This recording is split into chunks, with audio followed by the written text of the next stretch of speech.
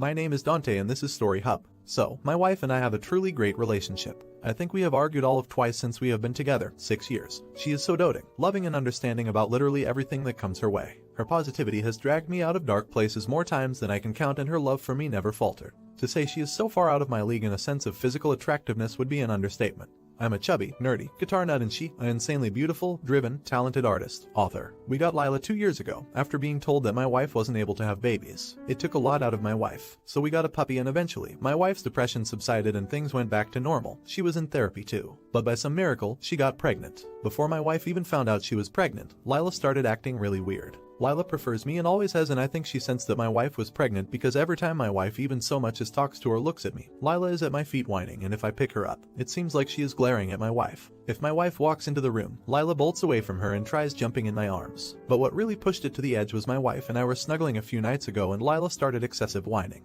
She then jumped up on the bed, weaseled between us and nipped my wife's nose. I spoke to some behavioral specialists over the phone and they believe it may be a case of the dog sensing the pregnancy and becoming territorial, protecting me. It would make sense. My wife can't even touch me without Lila freaking out. She no longer listens. She is constantly underfoot, whining and trying to jump in my arms. If my wife walks up near me, Lila darts between us and trips up my wife, and it seems to be on purpose because after she trips her up, Lila will jump on me while wagging her tail a million miles a minute with a smile on her face. It's taking a toll on my wife, though she would never admit to it. She has pretty much stopped interacting. She is quite a lot, and whenever Lila starts whining now, my wife simply walks out of the room and Lila immediately stops. She has been spending her time in the living room and hardly ever with me. Whenever Lila whines or gets weird, my wife's eyes just drop to the floor and she sulks off. So, I asked my family to take my dog. If they want her, they love her and she would still be close by so I can see her. All of them lost their shot on me, saying that I'm just replacing the dog with a baby. They don't believe what's going on in the house and have even accused my wife of causing problems simply because she has no use for the dog anymore now that she's knocked up. I'm standing firm though. Either they take her or I need to rehome for the sake of my growing family. Am I an idiot? You're an idiot. Once you get a dog, that dog belongs to you, and if you can't control your dog, it's your own fault. That dog will be killed in a shelter and you know it. Not an idiot. The nip on the face would be the no-go line for me. There's no crime in rehoming a dog. I got my dog as the result of another family not being able to handle him and everyone is so much happier. Not an idiot. But there are a couple of things you need to do. 1. You need to tell your wife that you are going to rehome Lila for her safety. If she's too nice to tell you she doesn't feel safe in her own home, you need to tell her, clearly, that her safety is your priority. 2. You need to tell your family that their distrust of the events you've seen with your own eyes is unacceptable and that if they want to be part of your growing family, they need to adjust their nasty attitude about your wife. Not an idiot. Dog aggression is definitely bad. And how would they feel if the dog attacked your baby? Literally, she tried to bite your wife. Support your wife, the family will get over it. I wouldn't bother giving them the opportunity to adopt her, because they seem the type to bring the dog around later in an I told you so type of way. Just unnecessary. Now for the next story. A few years ago, I met the love of my life. We had a mutual friend who introduced us. We went to different schools. Within 4 months we were dating. He was very loving, caring, and gave me cute little gifts. I'm telling you all of this because it is very hard to doubt a man like that.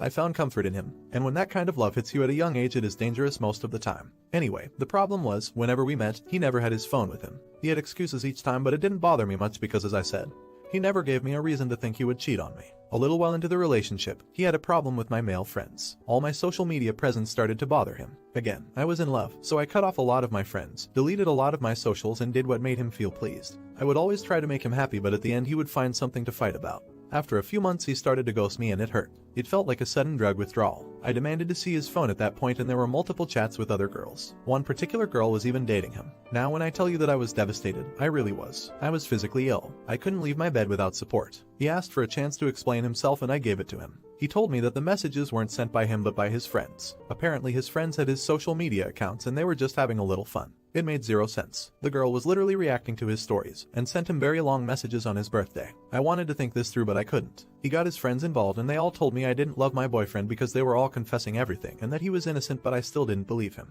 Even if he was innocent, this was a big deal. I had gone through all the messages and he was telling her everything about himself. The places he went, the things he did. I told him I needed some time apart to think, but he threatened me that he would kill himself if I didn't forgive him. I was scared and all his friends pressured me to forgive him, so I did. We were back together. Now that the drama was over I had a lot of time to think. If I would ask him any questions he would simply say he didn't know. How do you not know? He started to get irritated whenever I tried to bring up the topic. He would act like nothing had happened and we were a happy couple from the beginning. All he had to say was, "I have promised to never hurt you again." which I will keep. I have no explanations for whatever happened, but I can assure you that I was never talking to any girl. It was a stupid mistake which I wasn't even a part of. I realize you feel hurt, but it makes me feel terrible when you try to accuse me of something I did not do. There was never a logical discussion, only emotional manipulation. The only thing he would tell me is that I needed to trust him. We did not need to discuss it further, and that he swore upon his life that he was innocent. Day by day I became very bitter. I started to give him the same attitude he used to give me. I controlled all his social media, and I would throw tantrums about every single thing. I started to treat him the way he had treated me in the past. It hurt being like that, but a part of me felt very satisfied seeing him so miserable. I would tell him to his face that I hated him and that I was still with him because I wanted revenge and not because I was worried he would kill himself. This was not true, but I liked the look on his face whenever I said that. I would threaten to break up with him, KMS, whenever we got into huge fights. This continued for months before I realized how fricked up I was. I started to have emotional outbursts, anger outbursts, anxiety, breakdowns, and panic attacks. My whole personality had changed. A part of me was not ready to let it go just yet, so I continued to make his life hell. One day he told me he was tired and that he couldn't do it anymore. He told me that he realized his mistake and that I have punished him enough. He told me that he loved me but didn't know how to make me believe him. He was crying. Was he admitting that he cheated on me? Did he really mean what he said? I didn't know how to feel anymore. I couldn't tell if it was fake or real. That night I had a very severe panic attack and stayed at the hospital for the rest of the night. I couldn't sleep. I had made my whole life about this revenge. I had terrible grades and literally no friends. I didn't want to do this anymore. I spent the next few days thinking about everything and everyone that was affected by this relationship. I couldn't spend the rest of my life like this, right? Miserable. No hobby, friends, or anything. So I decided that it was finally time to let it go and work on my life, which was already in shambles. I apologized, broke up with him, and left. This was months ago. I am not in a position to defend my actions, but all I can say is that I am very sorry for finding peace in someone's suffering regardless of what they had done to me. My best friend had betrayed me. I came from a shitty household and had no real life. I realized that it was not just revenge. I used to dump all the frustration about my life upon him. No, I'm not justifying my terrible behavior. I just want to let go of this feeling of guilt. Life has been very hard and it's just tough to start over with the very little amount of things left. Now for the next story. Am I an idiot for telling my sister her baby's name is freaking stupid? I, female 21, found out not too long ago that my sister, B, female 36, is pregnant after a long struggle with infertility, and I'm pumped and can't wait to be an aunt. Last week was the gender reveal party where my B broke down crying after cutting the cake and seeing it was pink inside. Her and her husband are thrilled because they apparently wanted a girl. She said right then that the baby would be named Mary. For reference, B is a born-again Christian. She found Jesus during her 3rd time in rehab. She'll go on and on to anyone who'll listen about how she had visions of the Virgin Mary by her bedside telling her she would get better, that the pain was temporary, and how she would do great things after recovering. That was 8 years ago. She met her husband not long after that, in church, of course, and fell head over heels in love, saying that God made them for each other. I kind of rolled my eyes at the declaration. Mary is just so old and boring. B asked me what was wrong. I was honest and told her I thought the name was a little boring. At the least she could do something like Miriam and make Mary a nickname. It's 2023. Kids will make fun of her for having an old lady name once she's older. I myself have an old lady name. Think Edith or something, and it's a pain.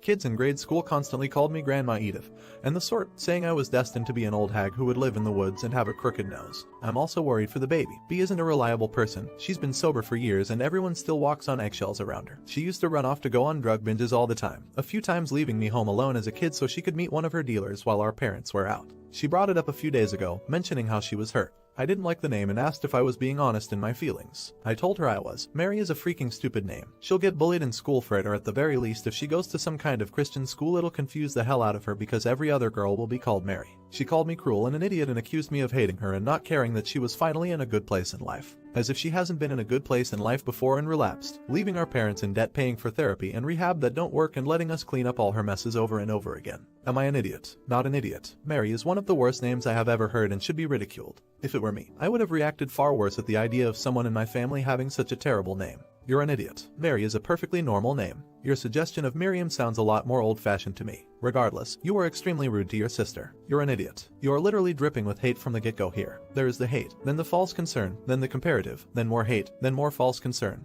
then the scorn, then the pathetic attempt at poor me. But yup, you're the hero divided by